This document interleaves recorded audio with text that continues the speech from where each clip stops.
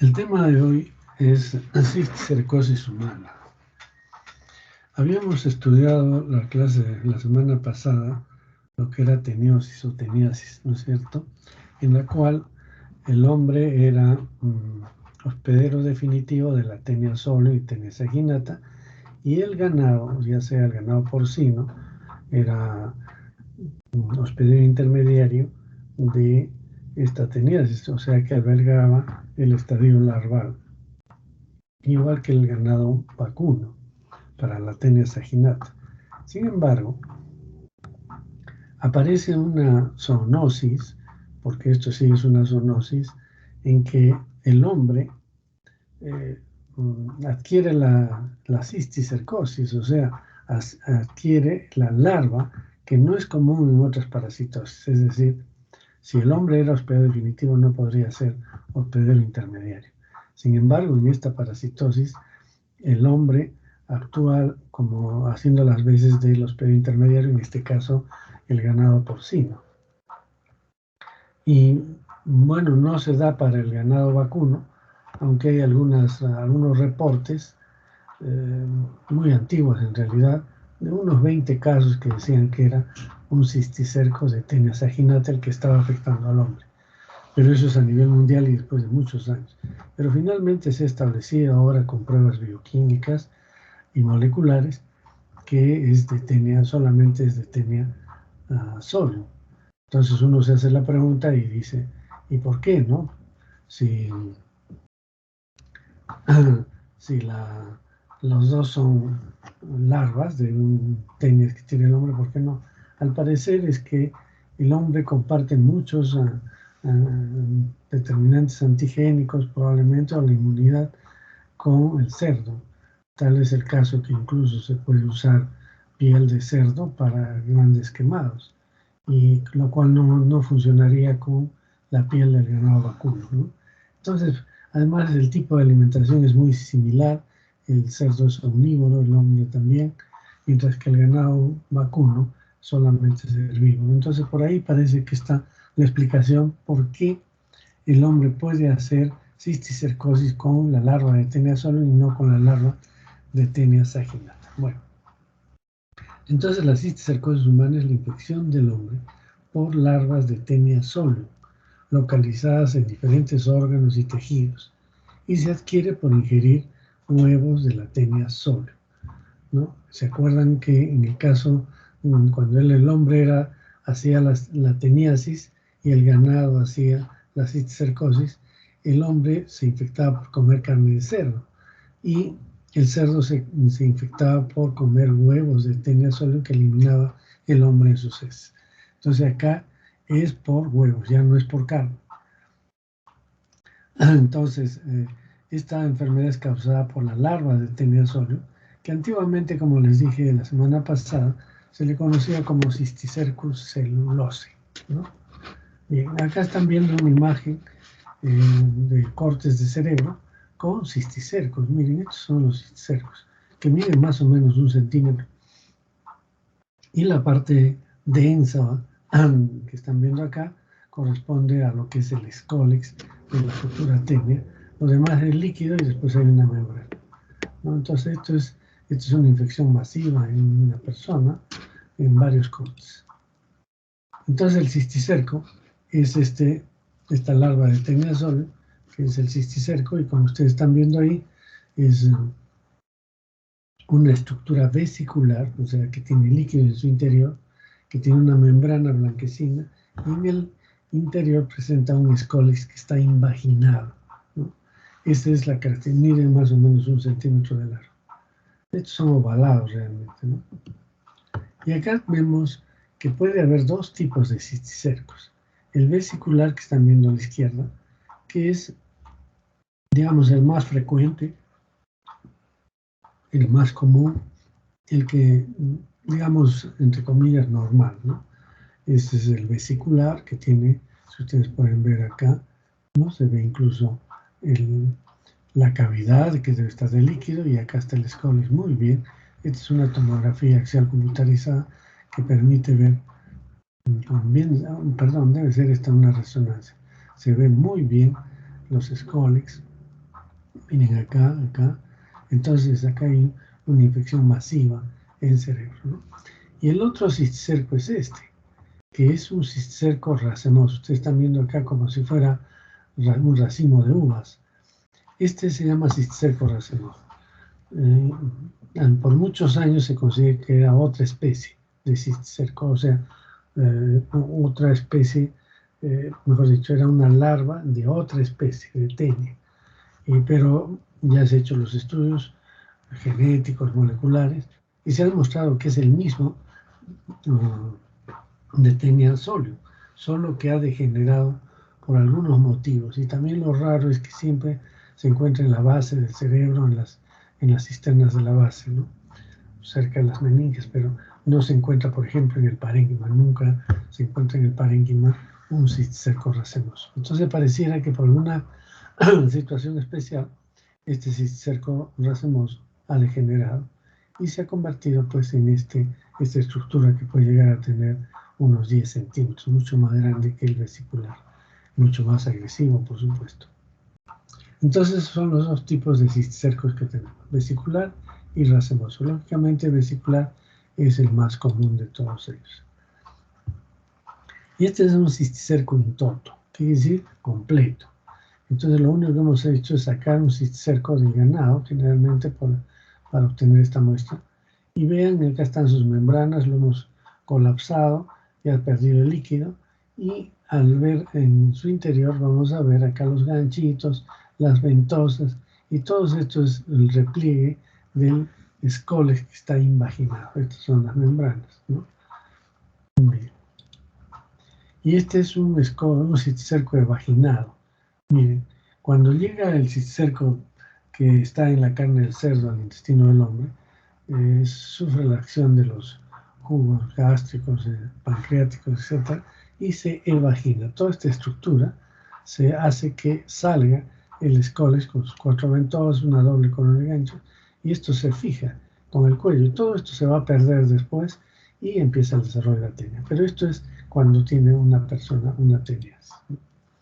Este es un corte histológico de cisticerco para que ustedes vean cómo es que se invagina, de tal manera que esta es la cara externa del Scolex y acá también es cara externa, o sea, es cara con cara. Si ustedes ponen sus manos una contra otra, pero en las caras externas eso es lo mismo que sucede. Entonces la capa externa del cisticerco se repliega y se mira, digamos así, con la otra cara externa de la otra parte del cisticerco. Acá vemos una ventosa.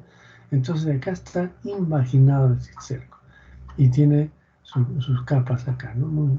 Muy bien establecidas. Vamos a ver, acá se ve un poco mejor todavía.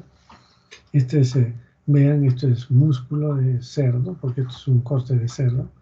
Entonces tiene acá, esto es el tejido del cerdo, pero acá está el cisticerco con sus membranas y que se ha invaginado aquí, y esto es lo que va a ser el futuro Scolex, ¿no? Y entonces en esta estructura estamos viendo acá la parte del Scolex mismo, ¿no? Con ventosas, acá hay ganchos, acá hay otros ganchos cortados con el micrótomo, y estas son las capas que están replegadas del cisticerco, ¿no? Existe en realidad una capa externa que está acá, esto es como si fuera la luz, ¿no? En realidad no es la luz, sino es que las dos caras están un poco separadas, y entonces esta es cara externa, acá también hay cara externa, y por debajo de esa cara externa es anucleada, tiene es acidófila, no tiene núcleos, y es en realidad una fila de células.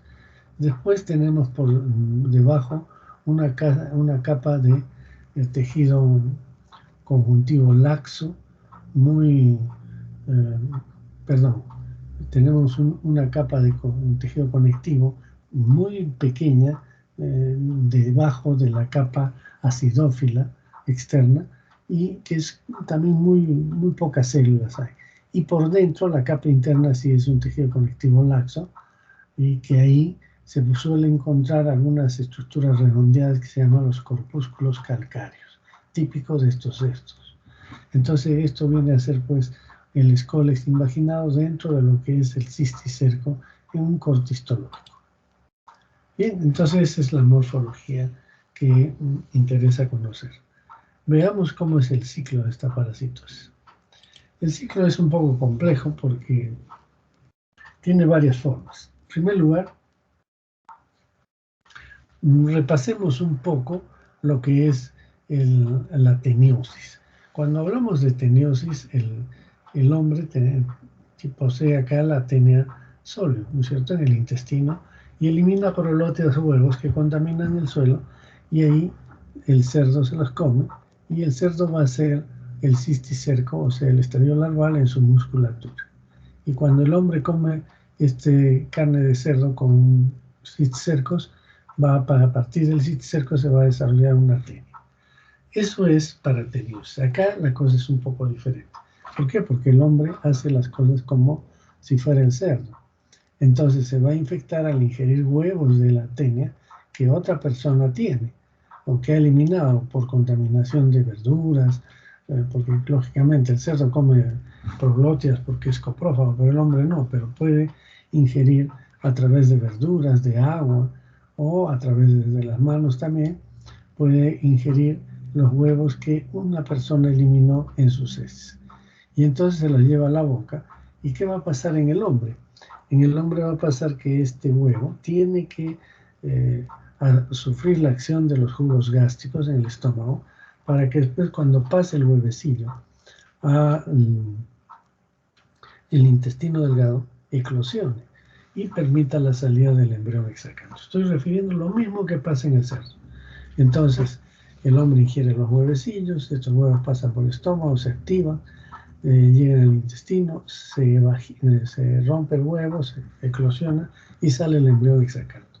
Este embrión hexacanto se fija con sus 6 ganchitos a la mucosa del intestino. Penetra, los ganchos se quedan ahí, pero el embrión penetra hasta encontrar un vaso sanguíneo. A través del vaso sanguíneo se va a ir pues al hígado, ¿no? Pasa el hígado sin causar ningún problema, llega al corazón y del corazón va a ir al pulmón.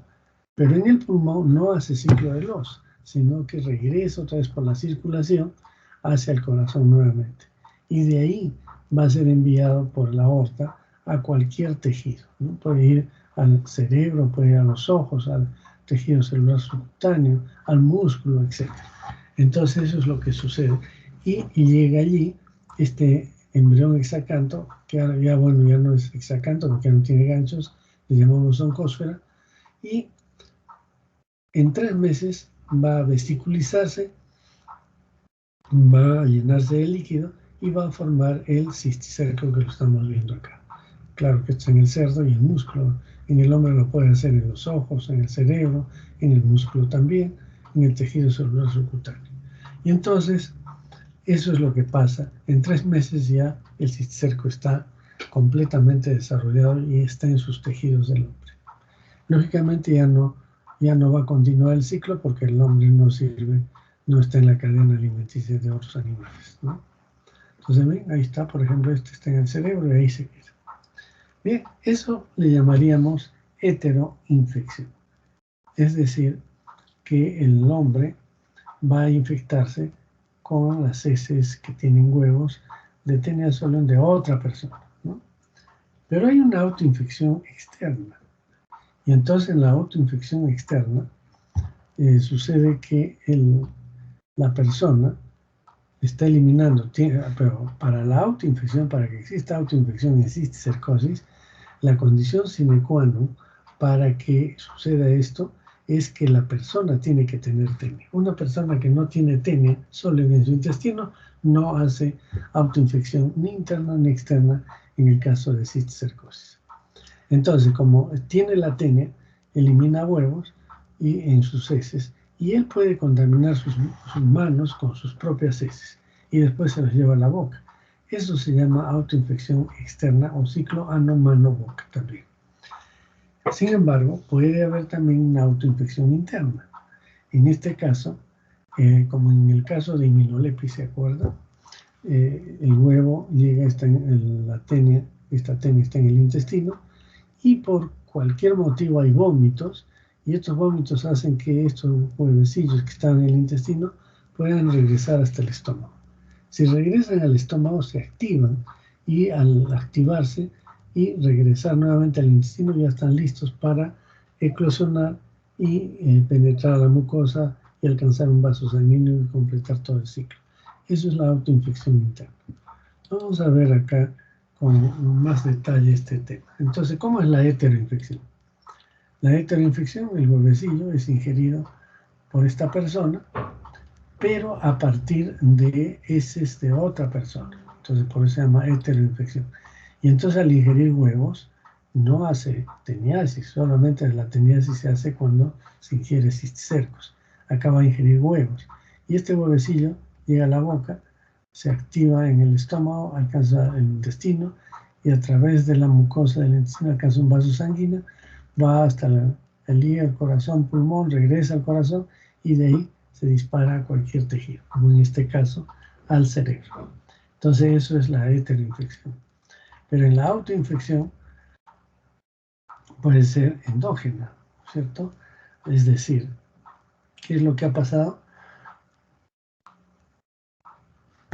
Ha habido vómitos y entonces el huevo que estaba en el intestino ha pasado al estómago y ahí ya, como ustedes saben, se activa. Y entonces cuando se restablece el tránsito, llega otra vez al intestino, sale ya el embrión y se canto del huevo y va a empezar su migración a través de la circulación al corazón, al hígado, a los pulmones, regresa al corazón y de ahí al cerebro o a cualquier otro tejido. Esa es la autoinfección endógena o interna. Y la autoinfección externa o exógena es el ciclo ano-mano-boca. Con la mano lleva estos huevecillos a su boca y se vuelve a infectar. Bien. Entonces, a ver, vamos a repasar un poquito porque esto tiene que quedar claro. Entonces, ¿cuál es el estadio infeccioso para el hombre? En realidad esto no es un ciclo completo, porque el hombre, como digo, no va a permitir pues, que alguien se coma al hombre y continúe el ciclo. Entonces es un poco un ciclo truncado. En todo caso, ¿cuál es el estadio infeccioso para el hombre? A ver quién me ayuda. Estadio infeccioso para el hombre para tener cisticercosis.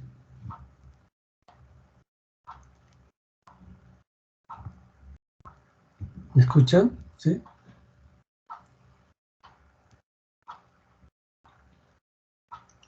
¿Me están escuchando? Creo que nos hemos perdido. ¿Aló? Sí, lo escuchamos, doctor. Ah, ya. Ya, entonces, el estadio infeccioso, ¿cuál es? Para el hombre.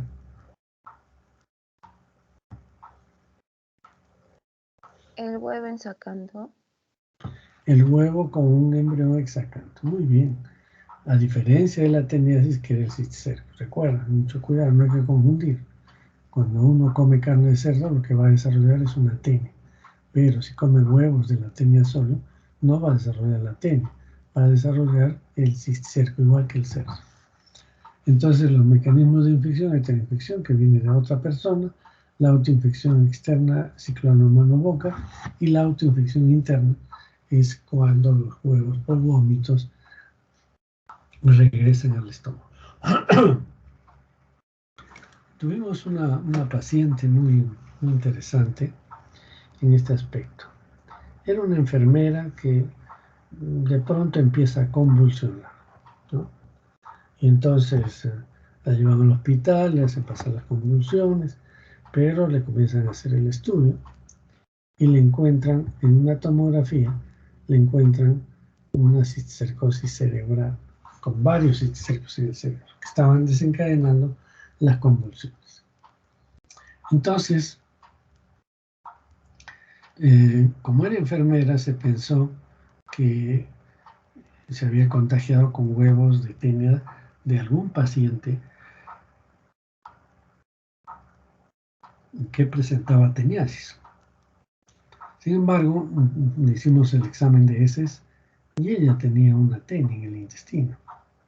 Entonces, ya no era heteroinfección de un paciente, sino era la autoinfección.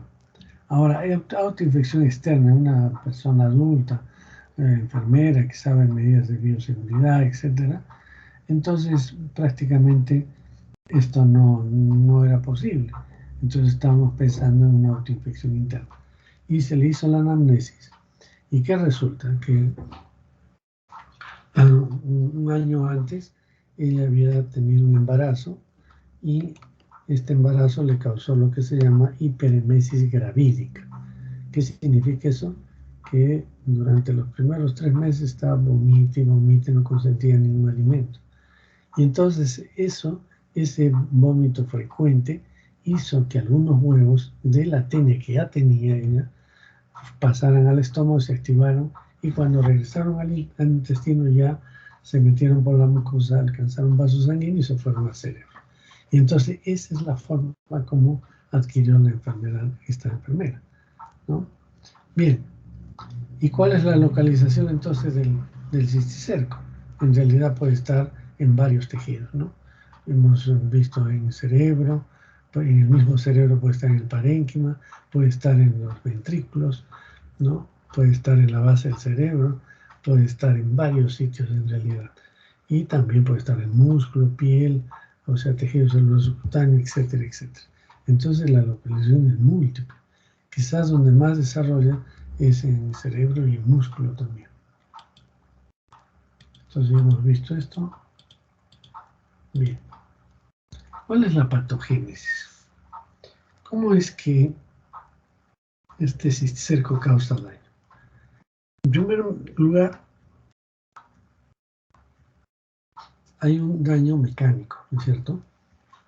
Este daño mecánico se da por la presencia de una estructura de 1 centímetro y que lógicamente puede comprimir tejidos, puede obstruir tejidos, etc., o conductos, etc. Ese es el daño mecánico. Pero el daño inflamatorio es importantísimo. O sea, cuando el organismo le da una respuesta a este cisticerco, que es una estructura extraña, entonces lo reconoce y entonces empieza el proceso inflamatorio y compromete una área importante alrededor del cisticerco, ¿no? Y también puede dar daño obstructivo. Es decir, cuando está en una cisterna puede obstruir el pasaje del líquido cefalorraquídeo, como vamos a ver. Bien, ahora, ¿de qué depende el daño? Esto es importantísimo. En primer lugar, depende del número, ¿no? No es lo mismo tener un cisticerco que tener 10, 20, 30 cisticercos. Entonces es importantísimo ese dato. El segundo dato es la localización. No es lo mismo tener un cisticerco o varios en el tejido celular subcutáneo o tenerlo a nivel de, digamos, ojos o cerebro. Entonces, allí va a ser mucho más, digamos, va a repercutir más en la salud de la persona, ¿no? Entonces, la localización, si está en cerebro, por ejemplo, es muy importante. Y el estado vital del cisticerco. Esto sí es un tema relativamente nuevo, pero que ya lo trabajamos muy bien. Es que el estado vital del cisticerco es importante para saber el daño.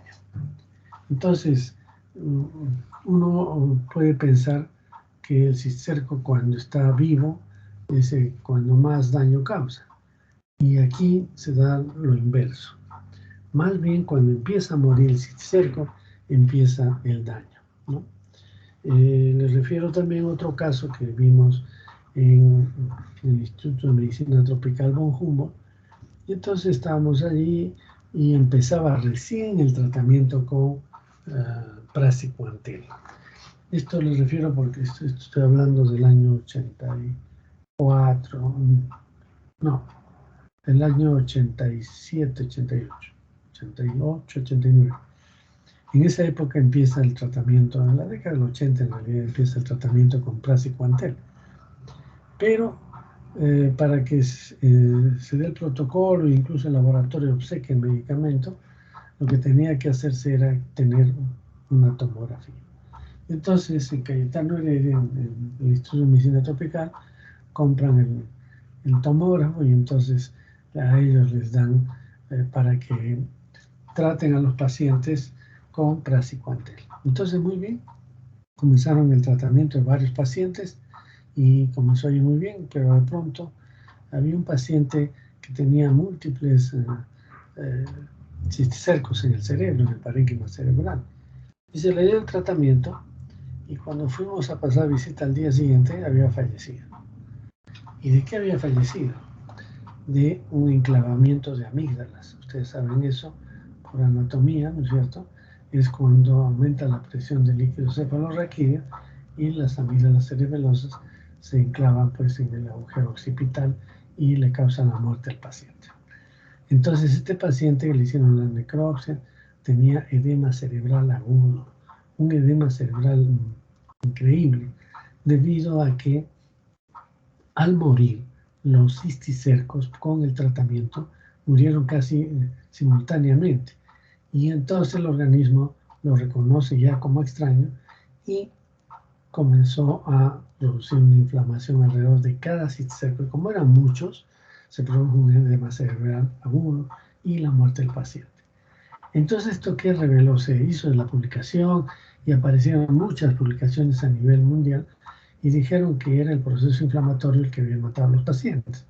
Y entonces desde ahí se empieza a usar corticoides para evitar esa reacción inflamatoria de la muerte del cisticerco. Entonces, ¿qué quiere decir? Que cuando está el cisticerco vivo, entonces tiene mecanismos de evasión inmunitaria. Entonces, estos mecanismos de evasión inmunitaria hacen que el cisticerco no sea reconocido por nuestro organismo. Y entonces él libremente empieza a desarrollarse. Pero cuando muere, pierde esta capacidad de evasión inmunitaria. Y al perder esta capacidad, entonces el organismo lo reconoce como extraño y le produce una reacción inflamatoria a su alrededor en base a células, eosinófilos principalmente, líquidos, ¿no? Etc.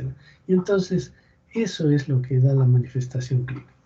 Entonces el estado vital del cisticerco es importante. Y el tipo de cisticerco también. Si es un cisticerco racemoso como este, por ejemplo, muy desarrollado, causará más daño que si es un cisticerco vesicular de 1 centímetro. ¿No? Este llega a tener hasta 10 centímetros. Entonces, miren, estos 4 aspectos son importantes. El número de localización, el estado vital del cisticerco, cuando está muerto, causa más daño que cuando está vivo. Y el tipo de cisticerco, el racemoso, es el que va a dar mayor compromiso. Y entonces acá tenemos para que vean los mecanismos de evasión inmunitaria. Estos mecanismos son importantísimos porque de esa manera el cisticerco puede desarrollarse en el músculo, en los tejidos del hombre sin, digamos, alertar a su sistema inmune, ¿no? Entonces, los mecanismos inmunitarios son, por ejemplo, la localización. Estos tejidos, estos cisticercos se suelen desarrollar muy fácilmente en lugares que se conocen como santuarios inmunológicos. ¿Ustedes conocen este término de santuarios inmunológicos? A ver, ¿quién se acuerda y cuáles son? Quizás con otro nombre. O sea, son lugares donde no funciona muy bien la inmunidad. Son tejidos donde la inmunidad no actúa adecuadamente. ¿Cuáles son? ¿Saben?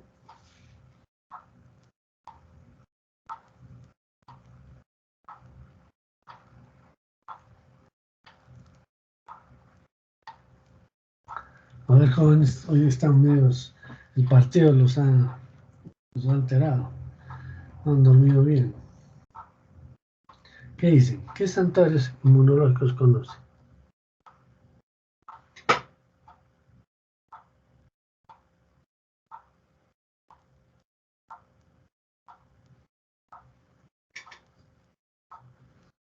Es importante este término porque de esa manera van a entender por qué hay evasión inmunitaria.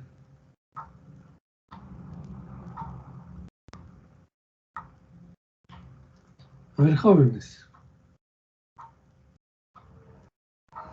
Ustedes han llevado un curso de inmunología. Entonces están expertos en inmunología, saben mucho más que yo en inmunología.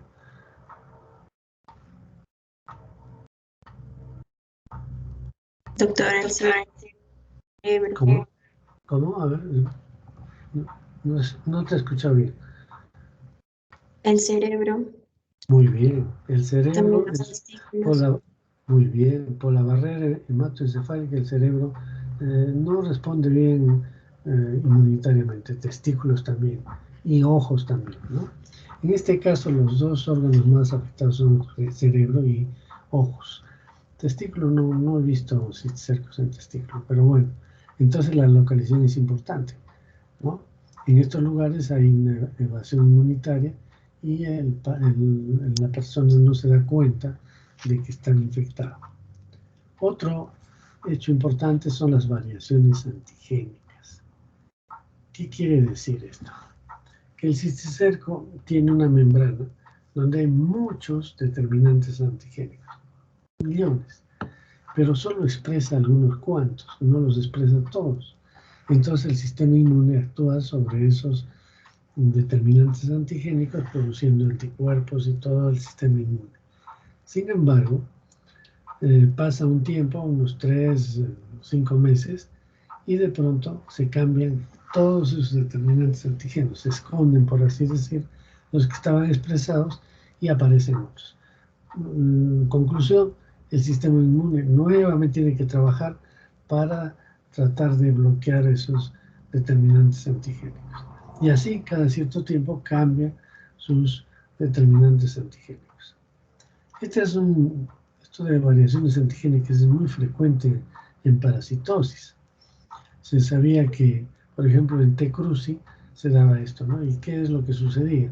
Que, por ejemplo, infectaban a un ratoncito con T. cruzi y la parasitemia se elevaba notablemente, muchos parásitos en sangre. Y de pronto caía. Y entonces ya dije, siempre ya va a desaparecer. Y a alguien se le ocurrió seguir observando los ratones, siguiendo tomándole muestras de sangre para cómo era la parasitemia. Y vio que de nuevo se produció una segunda onda, ¿no? Y después una tercera onda. Y entonces, ¿qué es lo que pasaba? Que el parásito casi estaba controlado por el sistema inmune y cuando cambiaba sus determinantes antigénicos, otra vez empezaba a desarrollar y hacía una nueva curva de pico, digamos, de aumento de la parasitemia. Y entonces esto lo han estudiado en muchas parasitosis y una de ellas es cisticercosis. Entonces hay variaciones antigénicas en la membrana del cisticerco. Hay otra característica que es el mimetismo. Es decir, el cisticerco tiene la capacidad de, digamos, protegerse con monoglobulinas humanas. ¿Y cómo es esto? Vamos a ver. Acá está. Miren, este es un anticuerpo. Ustedes saben, este es el anticuerpo, esta es la fracción AB y esta es la fracción FC, ¿no es cierto? Creo que por acá hay otro, ahí está. La fracción AB y la fracción FC. Entonces, esta fracción FC se llama así porque viene el complemento. El complemento se une acá y estas AB se unen al antígeno. De tal manera que una vez que está con el antígeno y viene el complemento, se produce toda una cascada para eliminar este antígeno. Eso es lo normal, ¿no es cierto? Ahí está lo normal. Pero ¿qué pasa con el cisticerco? El cisticerco tiene unos receptores específicos para esta fracción, la fracción FA. Y entonces, perdón, vuelvo a explicar. Esta fracción FAB se fija al antígeno. Entonces, normalmente los antígenos se quedan acá, viene el complemento, se une y empieza la cascada. Pero ¿qué pasa con el cisticerco? El cisticerco tiene receptores para esta parte de acá de la fracción FAC, ¿ya? Y entonces se une acá, no acá como debe ser cualquier antígeno. Por favor. Entonces se une a esta fracción FC y ya no permite que venga el complemento Y además esto que... A ver, por favor, joven, apaga tu micro. No sé quién está con el micro abierto. Bien, entonces, digamos que toma al anticuerpo por el sitio indebido, es decir, por la fracción FC. Y esto queda fuera, o sea, protegiendo toda la membrana del cisticerco. Y como estos son proteínas propias de nuestro organismo, porque esto es nuestro anticuerpo, entonces está como tapado todo el cisticerco por estas inmunoglobulinas, perdón, estas fracción FAB, que son proteicas y que son propias del organismo. Entonces, lo que pasa es que, como acá les estoy explicando, lo normal sería esto, que el antígeno, o sea, el cisticerco se pegue acá para que el complemento venga acá y reaccione. Pero sucede al revés, que el cisticerco se pega acá y entonces ya queda esto libre y estas son, digamos, fracciones propias, proteicas propias de nuestro organismo que cubren al cisticerco y ya el organismo, el sistema inmune ya no lo puede reconocer porque está rodeado, está mimetizado, ¿no?, con todo estas proteínas propias del hombre. Entonces, este tercer mecanismo es importantísimo, o sea que los toman a los anticuerpos por la parte de la fracción FC y es como si fuera un protector ya, más bien que actúe correctamente. Y en cuarto lugar tenemos inhibición de eosinófilos. Estos cisticercos tienen un antígeno que se llama el antígeno B. Y este antígeno B es el que puede bloquear la respuesta de los eosinófilos, ¿no? Entonces, es importante que se suceda este término. También el antígeno B tiene que ver con la inhibición de complemento, ¿no? El antígeno B se une al complemento y lo bloquea, entonces no va a haber complemento para que se produzca toda la cascada del sistema inmune. Entonces, miren, hay 5 condiciones: la localización, la variación antigénica permanente de la membrana del cisticerco, el mimetismo, que toda su membrana se recubre de inmunoglobulinas humanas, y la inhibición de eosinófilos, que sucede a nivel humoral, ¿no? Ya no actúan bien los eosinófilos, en parte también porque el eosinófilo necesita la presencia de inmunoglobulina G, que son los inmunoglobulina E, que son los anticuerpos que deberían de servir de reconocimiento del antígeno, y encima viene el eosinófilo. Como están colocados al revés, digamos así, en el cisticerco, no puede actuar los eosinófilos. Y finalmente, en el suero del paciente, este antígeno B, que va a bloquear el complemento, y este complemento va a estar en déficit para las reacciones inmunitarias. Entonces ya hemos visto esto, el mimetismo, la inhibición y esto. Muy bien, ahora veamos, esto también lo hemos visto, un poco de la clínica, ¿no? Entonces recuerden que el daño es mecánico, obstructivo, inflamatorio, pero depende de varios factores, como hemos dicho, empezando por el tipo de cisticerco y terminando por todos estos mecanismos de evasión inmunitaria que hacen pues, que el organismo no lo reconozca, pero sí lo va a reconocer cuando muere el cisticerco, y es por eso que la reacción inflamatoria sobre todo es muy potente cuando ya el cisticerco ha muerto. Entonces veamos, esta es una tomografía donde se ve el cisticerco, la cavidad del líquido, acá muy bien, ¿no? Acá se ven muchos más cisticercos, una cisticerco cerebral ya diseminada, digamos. Acá miren, se ve hasta el escólex, ¿no? Acá también.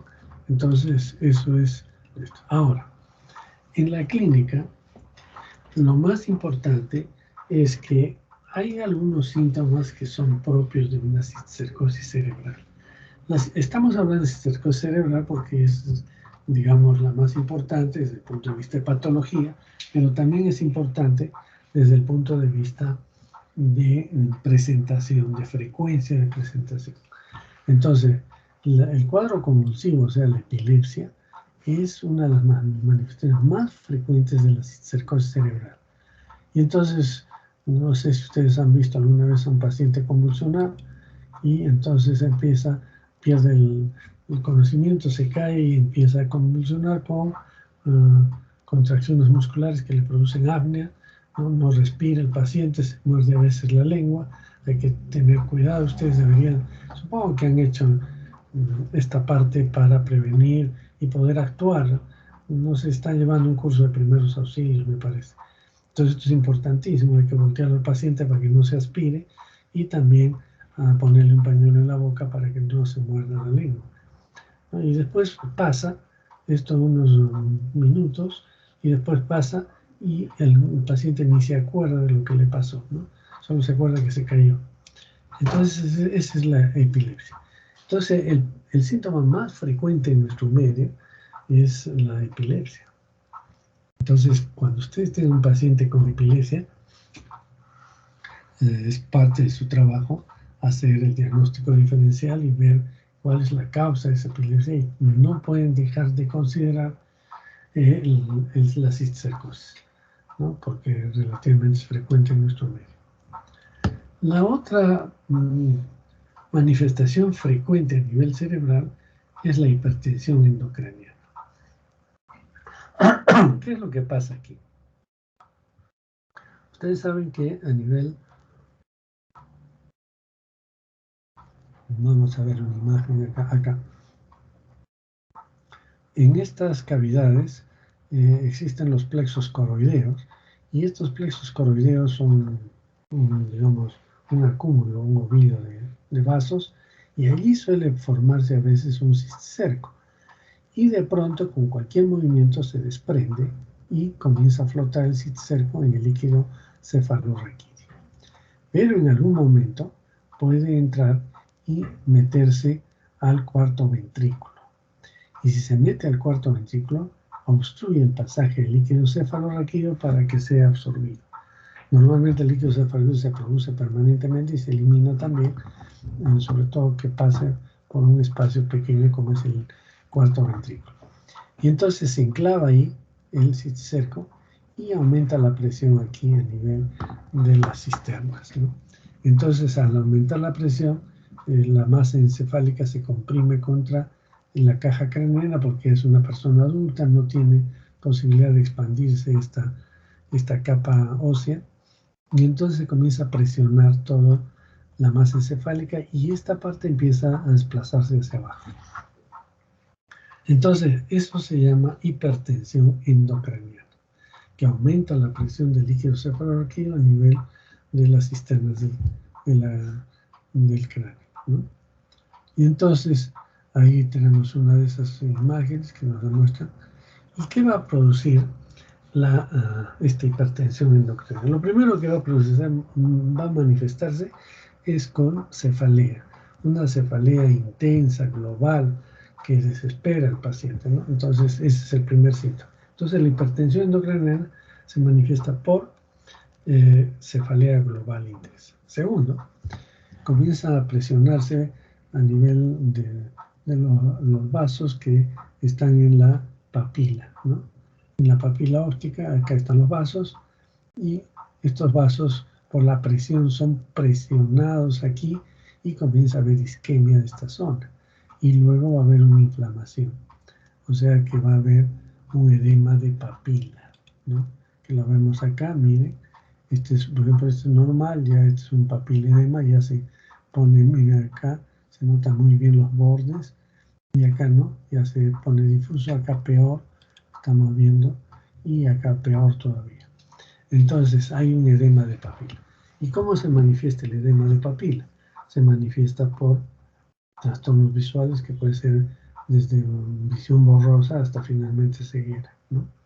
Entonces, de hecho, ya hay un problema ahí que es importante detectarlo. Entonces, primero, cefalea global intensa, después papiledema con trastornos visuales y después el otro síntoma es que, vean, esto se obstruye, pasa el líquido cefalorraquídeo, mejor dicho, el cerco comienza a hacer aumentar la presión y la presión comienza a comprimir lo que es el bulbo, ¿no? Y en el bulbo hay centros del vómito, por ejemplo. También el centro cardiorrespiratorio, pero también hay un centro que se llama el centro del vómito. Y entonces este centro del vómito es el que inicialmente se estimula y va a desencadenar vómitos de origen central, no digestivos. Entonces eso se llama vómitos explosivos. Entonces el paciente que empieza a tener hipertensión endocrinal tiene cefalea global, tiene trastornos visuales y además vómitos explosivos, que son sin náuseas. Entonces el paciente está caminando y de repente le viene el vómito y vomita, ¿no? Pero por aumento de, digamos, de la presión del bulbo raquídeo. Entonces, como ven, son esas tres manifestaciones de hipertensión endocrina que nos deben hacer sospechar para un paciente con cisticercosis. Vuelvo a repetir, cefalea global intensa, tenemos los trastornos visuales y finalmente el vómito explosivo. Ahora, el cisticerco racemoso, como hemos visto, puede localizarse en la base del cerebro. Y entonces acá generalmente hay compromiso de pares craneales, ¿no? Y entonces ahí ustedes van a ver que estos pacientes comienzan a tener trastornos, los neurólogos son expertos en esto, para detectar qué nervio qué par de nervios son los que están siendo afectados por el crecimiento de este cisticerco racemoso. También puede producir una compresión a ese nivel de las meninges sobre todo, y que también puede llevar a una hipertensión endocrinal, el cisticerco racemoso. Este es el médula espinal, también se puede ver cisticercos, ¿no? Y a nivel ocular, y acá tenemos un cisticerco submacular, miren, ahí está dentro del ojo. Acá vean otro cisticerco, este está más externo, y acá vean uno del humor acuoso, con el que está vaginado. Mira, acá está el escólex y acá están sus membranas, el líquido está flotando en el humor acuoso. Entonces, la cisticercosis ocular es otro tema importantísimo. Los oftalmólogos están con mucha experiencia en estos temas y apenas hacen un examen de estos pacientes van a detectar que tienen una cisticercosis. Bien, entonces esa es la clínica. Entonces, ¿en qué se basa el diagnóstico clínico? Se basa en convulsiones, casi esto es un resumen. Tiene que haber convulsiones en personas jóvenes. Se dice más o menos entre 20 y 40 años. ¿Qué quiere decir esto? Que si las personas han empezado a convulsionar antes de los 20 años, lo más probable es que se trate de una epilepsia idiopática, es decir, que no se sabe la causa. Algunos dicen que puede ser en momento traumas a nivel en el nacimiento, etc. Si es entre 20 y 40 en nuestro medio, en América Latina diríamos así, México también comparte esta experiencia, que con Perú. Si es entre 20 y 40 es una cisticercosis. Y si es más de 40 años, se trata de un tumor cerebral probablemente, ¿no? En personas de más edad. Entonces, mucho ojo a un paciente que estaba normal y que empieza a convulsionar en estas edades, ¿no? En segundo lugar, la clínica, como hemos dicho, la hipertensión endocriniana, que es cefalea, papiledema y vómitos explosivos. En tercer lugar, la palpación de nódulos ocultamos. Muy importante esto, ¿no? Que a veces eso ayuda al diagnóstico.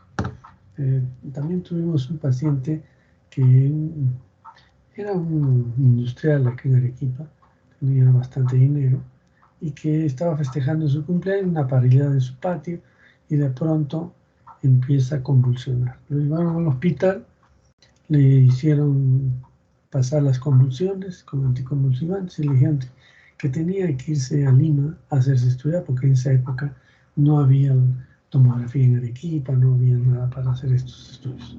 Entonces efectivamente tenía dinero, al día siguiente se fue a Lima y le hicieron una tomografía en la cual aparecía una imagen sospechosa de cisticerco, una sola imagen sospechosa. Le hicieron serología negativa, la serología, el hemograma negativo, y entonces, ¿qué se llama? Él estaba muy preocupado, porque ya cuando presentó las convulsiones le dijeron que probablemente tenía una cisticercosis. Y él incluso ya se hizo traer el tratamiento desde Chile, porque en esa época no había el praziquantel aquí. En Chile tenían 90 tabletas de praziquantel listas para su tratamiento.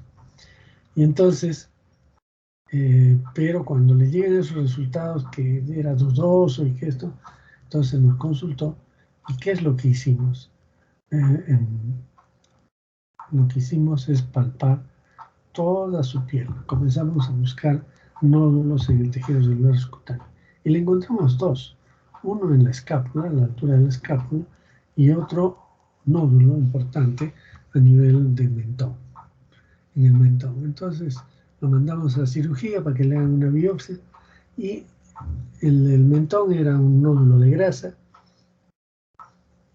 pero en el de la escápula era un cisticerco típico. Entonces, si era un cisticerco en la escápula, lógicamente también en el cerebro tenía un cisticerco. Se le dio el tratamiento y lo encontré después de unos 20 años más o menos. Él estaba ya muy bien, no volvía a convulsionar, ya completamente recuperado, ¿no? Y entonces eso es lo que hay que hacer. Luego tenemos el otro punto desde el diagnóstico clínico, es la visualización del cisticerco. Hay que hacer un fondo de ojo, ¿no? Entonces ustedes están en la capacidad de hacer fondo de ojo y ver, de repente van a ver el cisticerco ahí flotando. Entonces, miren, estos 4 aspectos nos permiten hacer un diagnóstico clínico. El diagnóstico imagenológico puede ser una tomografía axial computarizada, ¿no? Sin embargo, la tomografía no tiene el detalle de ver nítidamente el escoles, incluso como lo tiene la resonancia magnética, ¿no? La resonancia magnética es mucho más nítida para las imágenes. Sin embargo, la resonancia magnética falla un poco cuando el cisticerco está pegado a la tabla ósea. Entonces ahí la tomografía funciona más. Entonces a muchos le hacen las 2 pruebas, pero si lo que uno tenga más a la mano ayuda muchísimo para el diagnóstico. Una radiografía simple de cráneo servirá, generalmente no sirve porque no distingue los cisticercos vivos. Puede distinguir las calcificaciones. Cuando ya se murió el cisticerco puede haber una calcificación. Eso sí sale en una radiografía de cráneo, ¿no? Un simple de cráneo, pero es mejor utilizar estas técnicas que ya están a la mano y que se pueden hacer en cualquier momento. El diagnóstico inmunológico se puede hacer el método ELISA. Yo les contaba que este señor que había ido a Lima, en esa época le hicieron una contrainmunoelectroforesis y que lógicamente no era muy sensible esta prueba, por eso que probablemente salió negativo. El ELISA es bien sensible, sin embargo da reacciones cruzadas. Por ejemplo, si una persona tiene una teniasis, le puede dar positivo para cisticercosis. Si tiene minolepis nana, le puede dar positivo. Entonces, hay una serie de enfermedades que pueden hacer, digamos, dudar de esta prueba. Entonces, es muy sensible que se usa para screening, digamos, de toda la población, pero hay muchos falsos positivos. Entonces, hay que hacer otra prueba que es el inmunoblot o western blot. ¿Qué es el inmunoblot? Ya lo explicamos en la práctica. Este no es otra cosa que un ELISA, pero con fracciones proteicas que han sido separadas por inmunoelectroforesis. Entonces ya se utilizan solamente las más específicas y mientras que el ELISA detecta todo, ¿no? Este no. Ya en la prueba previa se separan las proteínas que cruzan con otras enfermedades. Entonces ya es más específico el resultado. En la imagenología también es útil, ¿no? Hemos visto la tomografía, la resonancia, son métodos muy buenos para hacer el diagnóstico, como hemos visto. Acá hay una forma coloidal en la tomografía axial computarizada. Todo esto es un cisticerco, que era inicialmente de este color, así, oscuro, y con el escoles acá. Sin embargo, ven acá, ya aparece una imagen algodonosa, y esto se le llama la forma coloidal. ¿Por qué? Porque ya las membranas se están desprendiendo, además el líquido que estaba ahí se vuelve más turbio, entonces ya no se ve la nitidez de las otras. Entonces es una forma coloidal, quiere decir que acá el cisticerco está muriendo, ¿no? Y estas son calcificaciones múltiples, acá hay una, acá hay otra, que se ve muy bien en la tomografía axial computarizada y que podría verse también en una radiografía simple de cráneo. Bueno, y acá hay cercos viables, como por ejemplo acá hay uno, por acá hay otro, acá hay otro. Entonces, son cercos que están vivos. Y esta es la resonancia, ¿no? Para ver la obstrucción del cuarto ventrículo. Miren, acá está obstruyendo el cuarto ventrículo y va a producir la hipertensión endocraniana. Y este es entrando al cuarto ventrículo, miren acá, está entrando aquí, y está produciendo pues, un aumento de la presión endocraniana. Y esta es una cisticercosis diseminada, miren, que acá tiene calcificaciones, acá todavía está vivo. No siempre desarrollan en la misma velocidad los cisticercos, ¿eh? A veces una sola vez se infectó y sin embargo aparecen en diferentes niveles los cisticercos, unos ya calcificados, otros que están todavía vivos, etc. Y es del mismo paciente, pero aquí ustedes pueden ver que en esta radiografía se puede ver, ¿no? Acá hay unas imágenes redondeadas, quizás esta es la que mejor se ve, y acá también, entonces estaba en el tejido muscular, otros cisticercos. Y tenemos en el cerebro también diseminado, ¿no? Entonces esta es una cisticercosis cerebral diseminada a otros tejidos. Bien, vamos con la epidemiología. La epidemiología de esta enfermedad es interesantísima porque en primer lugar tiene distribución mundial. ¿Se acuerdan que yo les dije que los vegetarianos podrían tener tenia? ¿Qué dice?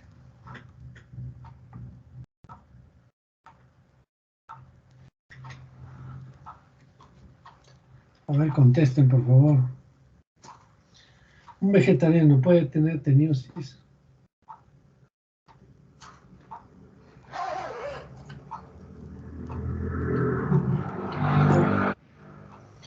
No, porque no come carne, ¿no es cierto? Y entonces, no puede, pero sí puede tener cisticercosis, porque come verduras. Y en las verduras pueden venir los huevos de tenia sola. Entonces sí puede tener. Y dijimos que los judíos no comen carne de cerdo, entonces tampoco pueden tener teniosis por tenia sola, pero sí pueden tener cisticercosis. Claro que no por autoinfección, porque la autoinfección sería que tendría una tenia y para eso tendría que haber comido carne de cerdo. Entonces, pero se pueden infectar a través de la heteroinfección que conocemos. Y de hecho, hace varios años salió una publicación en New England, ¿sí? Salió una comunicación de que una familia de judíos había tenido, toda la familia, cisticercosis cerebral, ¿no? Y entonces hicieron todo el estudio para ver cómo es que se habían infectado, porque de dónde en Estados Unidos la probabilidad de que uno ingiera verduras contaminadas es muy raro, agua contaminada es rarísimo. Y entonces se hizo una serie de estudios epidemiológicos para determinar cuál era la causa de esta cisticercosis cerebral en estos judíos. Y finalmente se encontró que su cocinera, tenía una cocinera de origen mexicano. O sea, esta mexicana había ido a Nueva York llevando su tenia desde México, ¿no? Y entonces les preparaba los alimentos, iba al baño, no se lavaba bien las manos y contaminó con sus manos y con sus heces prácticamente todas las comidas de esta gente, y finalmente ellos ingirieron huevos de la tenia que tenía la mexicana, ¿no? Entonces eso fue muy publicitado. Entonces hay una distribución mundial en realidad. Y en el caso de los hindúes, que si bien es cierto no tienen tenia saginata, sí pueden tener tenia solo porque comen cerdos. Bien, mire, hay un estudio hecho por un neurocirujano de acá de Lima, García, apellido, y que él encontró que si hacen estudios de serología por ELISA en pacientes que acuden a un consultorio de neurología, o sea, consultorios de neurología van de todo tipo, pero en todos los pacientes, si se les hace serología para buscar cisticercosis, se encuentra el 10%, ¿no? Serología positiva, ELISA positiva para cisticercosis, 10% de todos los casos neurológicos altísimos. Además, hay autopsias de asintomáticos, se han encontrado hasta 0.5% de cadáveres con cisticercosis cerebral. Ahora, dice, la incidencia de epilepsia se duplica en pacientes donde hay infecciones por tenia sóleo. Entonces, si en un país donde no es frecuente la teniasis por tenia sóleo, la probabilidad de epilepsia es de 1 en 10, en 1000, de 1 en 1000. Pero si hay en esa zona teniasis por tenia sóleo, la prevalencia o la probabilidad va a aumentar, la incidencia, perdón, va a aumentar a 20 por 1000, ¿no? Entonces, esto es anual. Entonces, algo tiene que ver pues la presencia de teniasis con la cisticercosis, ¿no? Incluso en esto del 10%, si se hacen solamente en pacientes que tienen convulsiones, la serología, o sea, de todos los pacientes que acuden por convulsiones, el 20% suele tener serología positiva para cisticercosis. Bien, en una comunidad donde hay 5% de cisticercosis en cerdos, detectado en los camales, se suele encontrar 1% de teniasis en esa población, o sea, que la gente tenga teniasis en un 1%. Y que tengan cisticercosis 0.1% de cisticercosis humana en personas que en una comunidad donde hay 5% de cisticercosis en cerdos, ¿no? Entonces, esta relación de 5% de cisticercosis en cerdo, que corresponde a 1% de teniasis y que corresponde a 0.1% de cisticercosis humana, nos está dando la importancia de la presencia de teniasis para esta enfermedad. Bien, aquí vamos a ver medidas de profilaxis y control. Evitar la defecación al aire libre, lógicamente. Una persona que tiene tenis defeca, deja las heces ahí, va a infectar a los cerdos si es que hay, pero también puede infectar al ser humano, ¿no? Para que haya cisticercosis. El lavarse las manos con agua y jabón es otra medida, sobre todo si uno sale del baño, hay que lavarse las manos con agua y jabón. En tercer lugar, evitar el consumo de alimentos en puestos callejeros o de dudosa preparación.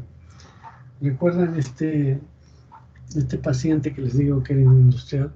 Se trató de ver de dónde había adquirido la cisticercosis, se le hizo examen de heces porque comía el cerdo con frecuencia, se le hizo el examen de heces a él, a toda la familia, nadie tenía cisticercosis. Lo único que reveló es que él frecuentemente iba al Cusco, y en Cusco hay un aumento, hay una mayor prevalencia de cisticercosis. Y él precisaba que le gustaba ir a estas zonas de fuera de la ciudad a comer, que se llama estos chicharrones. Y lógicamente al comer el chicharrón podría ser una teniasis, pero no era el caso. Sino lo que pasa es que la gente que vende chicharrones generalmente come mucho cerdo y puede haberse infectado con cisticercosis, perdón, con teniasis.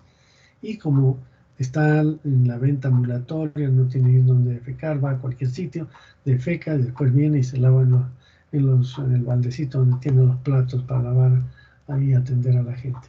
Y entonces ahí puede dejar huevos de teniasol, ¿no? Entonces hay mucho cuidado con esto de el consumo de alimentos en puestos callejeros o donde no se tiene mucha seguridad de su limpieza e higiene. Hervir el agua antes de beberla, siempre. En el agua puede venir huevos de tenia, ¿no? Cocer o cocinar los alimentos antes de ingerirlos. Sobre todo verduras, ¿no? Que es donde puede haber estos huevos de tenia sólido. Y congelar la carne de cerdo por 3 días. Esto es para evitar la teniasis, porque evitando la teniasis no va a haber autoinfección externa ni interna. Entonces, si uno congela la carne por 3 días a menos 20, entonces probablemente que los cercos se destruyan. Y lavarse la mano lavar con agua corriente las frutas y verduras. Es otro hecho importante, ya lo hemos referido varias veces, que hay que lavar estas frutas y verduras a chorro. Y la gotita de lejía no le hace nada a los huevos de teniasol. Finalmente, tratar médicamente a toda persona parasitada con tenia. Y esto ya les dije en la clase pasada. Ustedes como médicos están en obligación de disminuir la prevalencia, la incidencia de cisticercosis. Entonces, si ustedes ven un paciente con una tenia en el intestino, tenia sol o tenia saginata, entonces no se preocupen si es tenia sol o saginata, denle tratamiento, porque esa es una bomba de tiempo para poder infectar a otras personas de infección o autoinfectarse, la autoinfección interna o externa. Entonces nadie debe tener tenia en el intestino. Apenas ustedes dan diagnóstico, tratamiento para eliminar esa tenia que está eliminando huevos y que va a infectar al resto de la comunidad. Entonces recuerden, lavado de manos, lavado de verduras, bien lavados para que estén los huevecillos, y el tratamiento a todos los pacientes que tienen teniasis. ¿Cuál es el tratamiento de la cisticercosis? El tratamiento se inició con quirúrgico. Cuando no había los medicamentos, el tratamiento era quirúrgico. O sea, le hacían una extracción de los cercos a nivel cerebral, una lobectomía, etc. Y esa era la manera de dar tratamiento. Lógicamente, tiene que darse también un tratamiento sintomático para los problemas que tiene. Por ejemplo, si tiene convulsiones, hay que darle anticonvulsivantes aparte de esta cirugía, ¿no? Pero después aparece en los años 80 los medicamentos, primero el praziquantel, y entonces se le da el praziquantel y con eso se elimina el problema. Pero ya hemos visto que a veces puede haber muerte masiva y entonces puede causarse problemas. Y entonces el praziquantel se ha usado por mucho tiempo y después se ha utilizado el albendazol. En realidad los dos se pueden usar, pero dicen que el albendazol se absorbe mejor y que da mejores resultados y que los cisticercos van muriendo poco a poco, no abruptamente como en el praziquantel, y de esta manera pues no hay esa reacción violenta de inflamación cerebral. En todo caso, hay que decidir bien eso y darle todos los, ya sea con el albendazol o con praziquantel, hay que darle corticoides antes del tratamiento. Si quiere una semana antes, hay que darle corticoides, se le da el tratamiento, y entonces la reacción inflamatoria que pudiera haber o el reconocimiento de los cisticercos a nivel del sistema inmune va digamos, a producir una reacción inflamatoria, y para eso es el corticoide, evita este desenlace grave que puede ser. Bien, ahora ha surgido la posibilidad, y hay algunos estudios en que la ivermectina podría tener efecto en la cisticercosis. Sin embargo, todavía está en estudio, no está muy bien, digamos, establecido el criterio de la ivermectina, pero ya algunos lo están utilizando. Entonces, es una nueva alternativa para el tratamiento de la cisticercosis. Bien, muchas gracias. Entonces, si hay alguna pregunta. ¿Preguntas?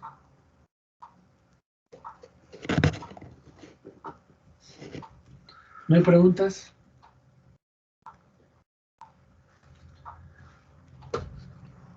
Este es un tema muy interesante y que va a tener, que se llama, que ustedes van a ver pacientes con cisticercosis, ¿eh? No es una cosa esotérica que por gusto estudien, no, van a ver pacientes. Han visto la prevalencia de cisticercosis en pacientes neurológicos, en pacientes con epilepsia. Entonces, eso es importante. Bueno, entonces les estaba contando un poco de este señor que decía que siempre iba al Cusco a comer sus chicharrones. Entonces, pero el examen de ese era negativo. Entonces, lo más probable es que él se infectó al comer verduras, o sea, la ensalada que trae una serie de verduras crudas con el chicharrón. Entonces, él era muy fanático de los chicharrones y cada que llegaba al Cusco iba a comer estos. Entonces, probablemente en la ensalada que les da, la salsa que les da, ahí le estaban dando los huevecillos de tridiazorio y de esa manera se infectó, ¿no? Entonces, como moraleja, ¿qué queda? Con el antecedente que hemos visto, judíos que se infectan con cisticercosis en Nueva York, con este señor que tenía todas las condiciones de higiene posibles, pero hace cisticercosis, ¿no? Entonces, es una enfermedad que a cualquiera le puede tocar, no necesariamente que es de gente pobre del campo, eso sí es frecuente, más frecuente, pero también puede ser cualquier persona esté expuesta a consumir agua, a comer alimentos contaminados y de esa manera hacer esta enfermedad tan grave que incluso puede matar al paciente. Muy bien, entonces con eso, si no hay preguntas, terminamos la clase de hoy. Yo no sé qué habrá pasado con el Blackboard, no se podía entrar, por eso hemos hecho esta emergencia de hacer afuera la clase. Bien, en todo caso, muchísimas gracias y nos quedamos aquí. Hasta luego. Hasta luego, doctor. Gracias, Gracias. doctor. Hasta luego. Hasta luego. Doctor.